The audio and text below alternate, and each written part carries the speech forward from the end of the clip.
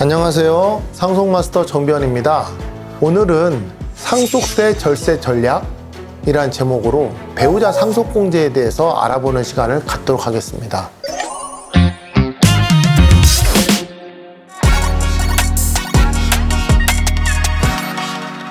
보통 아버지가 연로해서 돌아가시는 경우에 어머니도 아버지하고 나이 차이가 30살, 40살 나는 경우도 있을 수도 있지만 대부분은 비슷한 나이 아니겠습니까? 그러니까 이럴 수가 있잖아요. 아버지가 돌아가셔서 어머니한테 재산을 일부 상속하고 자녀들도 받는데 어머니도 그에 이어서 곧바로 돌아가시면 또 자녀들 입장에서는 어머니 상속으로 해서 상속세를 또 내고 하는 부분들이 있을 수 있잖아요. 그래서 이런 경우에 어머니한테 재산을 상속하지 않고 그냥 자녀들만 받는 이런 경우는 선택할 수도 있죠. 본인들이 선택하는 부분이니까. 그래서 일반적으로 사람들이 상식적으로 알기에 상속재산이 10억 정도면 상속세가 없다 이렇게 알고 있잖아요.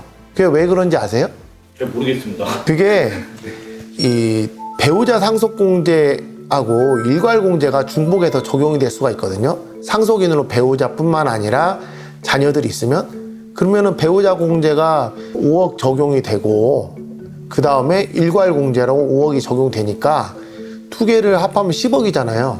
그러니까 상속재산가액이 10억이면 그 상속공제 10억으로 다 빠지니까 상속세가 안 나오는 거죠. 그래서 사람들이 흔히 말할 때 10억 정도면 상속세가 안 나온다는 의미가 그렇습니다. 그런데 상속재산이 많아서 상속세가 과세되는 경우에는 배우자 상속공제를 활용하느냐 그렇지 않느냐에 따라서 상속세 자체가 크게 차이가 납니다. 그럼 먼저 배우자 상속공제를 어떻게 산정하는지 그에 대해서 좀 알아볼 필요가 있는데요.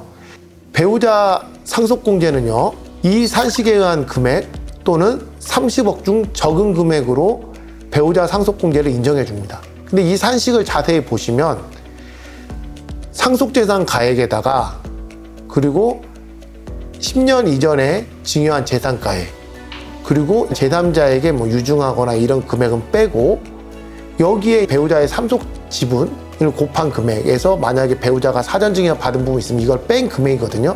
그러니까 결국은 배우자에게 실질적으로 돌아갈 만한 상속 재산가액이 얼마인지를 보고서 그 금액하고 30억 중 적은 금액을 한도로 배우자 상속공제를 인정한다는 거예요. 그럼 실제로 예를 들어서 한번 설명을 해볼게요.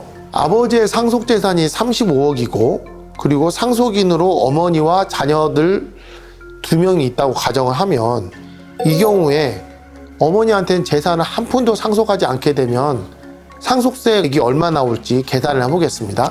35억에서 일괄공제 5억을 빼고 배우자 공제 5억을 차감합니다. 여기서 유의할 부분이요. 배우자 공제는 실제 배우자가 상속분이 없더라도 5억까지는 무조건 공제가 됩니다. 어머니가 실제 상속재산을 받지 않았지만 5억까지는 차감이 되는 거죠. 그래서 10억을 차감하면 얼마죠? 25억 원이 됩니다. 이 25억 원에 대해서는 상속세가 8억 4천만 원 정도가 나옵니다. 근데 이번에는 어머니에게 법정 상속 지분대로 상속을 하는 경우를 살펴볼게요. 그러면 어머니와 자녀들의 상속 지분은 어떻게 되죠? 어머니가 1.5화를 가산하니까 어머니가 7분의 3, 그리고 자녀들은 각각 7분의 2씩이죠. 그러면 어머니가 7분의 3 곱하기 35억이니까 15억 원. 그리고 자녀들은 7분의 2 곱하기 35억이니까 10억 원. 이렇게 상속을 받게 되죠. 그러면 상속재산가액 35억 원에서 일괄공제 5억 원에다가 배우자가 실제로 받은 상속재산가액이 15억 원이니까 배우자 공제 15억 원을 차감하면 상속세 과세표준이 15억 원이 되는 거죠. 그러니까 좀 전에 배우자에게 상속을 하지 않는 경우에 비교해서 상속세 과세표준이 무려 10억이 줄어드는 거죠. 그러니까 당연히 상속세도 줄어들게 되는데 15억 원이 될 경우에는 상속세는 4억 4천이 됩니다. 그러니까 어머니에게 법정 지분대로 상속을 하게 되면 4억 원 정도가 상속세가 절감이 되는 거죠.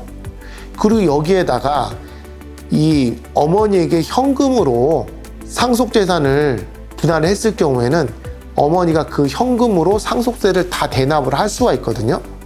그러면 자녀들은 사실상 본인의 상속 지분을 고스란히 다 챙기면서도 상속세는 안 내게 되는 효과도 발생할 수 있습니다. 그런데 여기서 유의할 점이 있습니다. 이 배우자 상속공제를 받으려면요, 신고기한이 있습니다. 상속 개시일이 속한 달의 말일로부터 6개월입니다. 이때로부터 9개월 이내에 배우자 상속재산을 분할을 해야 됩니다. 그러니까 상속세 신고서 거기에 이렇게 배우자 공제를 활용하기 위해서 배우자에게 이만큼 분할할 겁니다, 이렇게 신고를 하고 그로부터 9개월 이내에 실제 배우자에게 그 재산을 분할을 해야 된다는 거죠. 그런데 가끔 가다가 이런 경우도 있을 수 있잖아요. 배우자 상속공제를 활용해서 상속세를 적게 내기 위해서 그렇게 하긴 했어도 상속인들 간의 재산 다툼이 난 거예요. 그래서 상속재산 분할 심판이 청구가 되면 그렇게 분할을 할 수가 없잖아요. 그럼 이런 경우에는 법에서 어떻게 규정하고 있냐면, 상속재산 분할 심판이 종료된 날, 그러니까 뭐 확정된 날로 봐야겠죠. 그 날로부터 6개월 이내에 상속재산을 분할을 완료하면 됩니다. 근데 여기서 또 유의할 점이 있습니다.